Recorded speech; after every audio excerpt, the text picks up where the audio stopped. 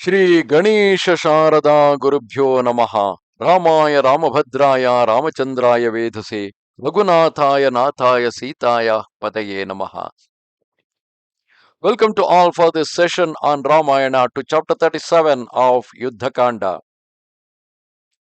Meanwhile, that king of men, the sovereign of the monkeys, the son of the wind, Jambavan, the king of the bears, the titan Vibhishana with Vali's son Angada and Saumitri, Abe, Sharabha, also Sushena, and his kinsfolk Mainda, Divida, Gaja, Gavaksha, Kumuda, Nala, and Panasa, all having reached the enemy territory, that is Lanka, they assembled to take counsel together because they are now planning regarding how they should plan their attack on Lanka.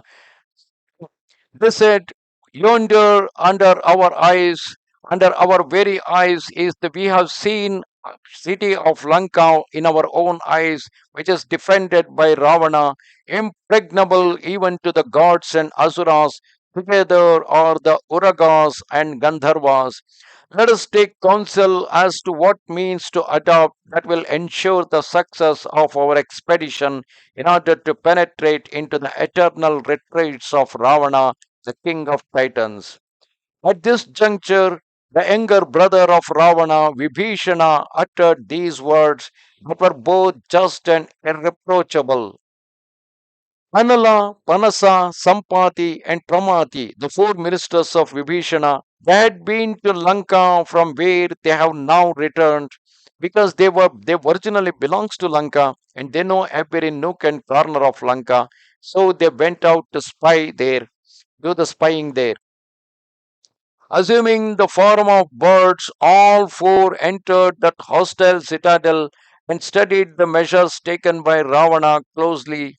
I will give a detailed report as it was given to me of the defenses organized by that perverse wretch. O Rama, please hear to me. The eastern gate, Prahastha, is stationed with his division. At the northern gate are the southern gate are the warriors Mahaparshwa and Mahodara. Indrajitha is at the western gate, where he is in command of considerable forces armed with harpoons, swords, bows, spears, and hammers. Ravana's son has thousands of warriors under his command, holding lances in their hands, furnished with weapons of every kind, apprehensive, a prey to great anxiety. Ravana, versed in the sacred formulas, is himself stationed with the Titans at the northern gate. As for Virupaksha, he with a strong detachment armed with spears, clubs, and bows occupies the center of the city, safeguarding the military installations.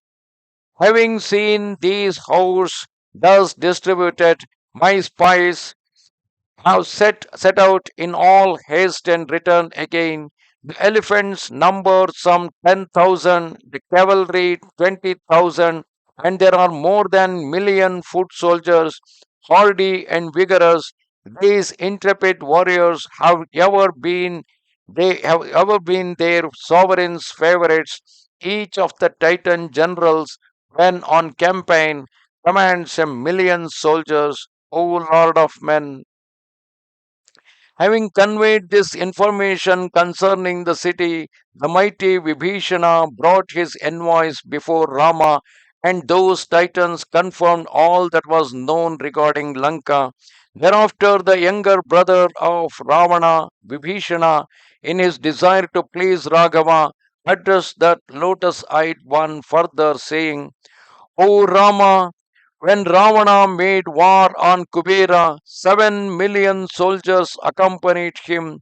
For vigor, daring, energy, extreme power of endurance, and pride, they equaled their wicked king.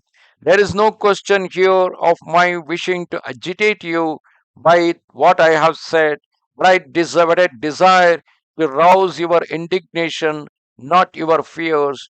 For in knightly valor, you are equal to the gods themselves. Having set out these monkey forces in battle array, you shall destroy Ravana with your great army composed of four Angas, which surround you. Vibhishana, having spoken thus, Raghavan gave his orders for the attack, saying, at the eastern gate, Nila, the lion of monkeys, should oppose Prahastha with his innumerable infantry, because both Nila, like Prahastha, is the general, commanding general on the side of Ravana. Nila is having a similar posting on the side of Vanaras. So he asked Nila to face Prahastha and attack on him from the eastern gate. And let Vali's son Angada, at the head of a strong division, drive away Mahaparshwa and Mahodara from the southern gate. That son of the wind, that is Hanuman, whose valor is immeasurable, will penetrate into the city with his great forces. I reserve the right with his great forces. That means Hanuman will going to attack from the side of the eastern gate, whereas the western gate was taken care of by Nila. I reserve the right to slay the wicked king of the Titans, who, owing to the boon he has received, enjoys oppressing the Daityas and Danavas, as also the magnanimous Rishis, and who ranges the worlds, persecuting all beings. With the aid of Saumitri, I shall force an entry through the northern gate and follow in the wake of Ravana and his army, because Ravana himself will be guarding the northern gate. Let the mighty Indra among monkeys, the valiant king of bears, that is Sugriva and Jambavan, and the younger brother of the Lord of the Titans, that is Vibhishana, let them occupy the central position. That means let them take care of the rest of the army. The monkey should not assume human form in the fray, for when we are fighting in the ranks, the monkey shape should serve as a sign of recognition among us. Whenever two armies are fighting, generally they wear different uniforms to identify themselves who is a friend and who is the enemy. Here, the very identity, the body shape being a Vanara itself is an identity for their army. And there are only seven of them, like Rama, Lakshmana, Vibhishana with his four ministers. These are the only people who have the human form. Rest all will be in the form of monkeys. Seven will attack the foe in human form. I, my brother Lakshmana, who is full of valor, my friend Vibhishana and his four companions. Having said this to Vibhishana for the success of the enterprise, Rama, in the role of a wise leader, decided to stay on Mount Suvela, whose ravishing slopes he had observed.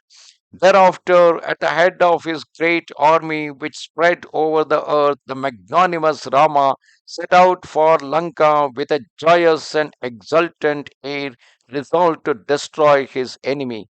Suvela is a point from where, from the height, he can keep a watchful eye on Lanka, so that he can also first he can prevent any demons from attacking them during the night, because throughout the night all the Vanaras will be keep observing Lanka, and that also gives a very good viewpoint for them to get a clear picture about the map of Lanka, so that in tomorrow at the break of the day, when they try to attack on Lanka, they can attack the vulnerable points in Lanka to cause greater suffering to Ravana.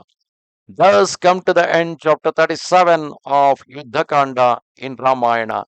Namaste Sharada Devi, Kashmira Puravasini, Swamaham Prarthaye Nityam, Vidya Danancha Dehime. Goodbye.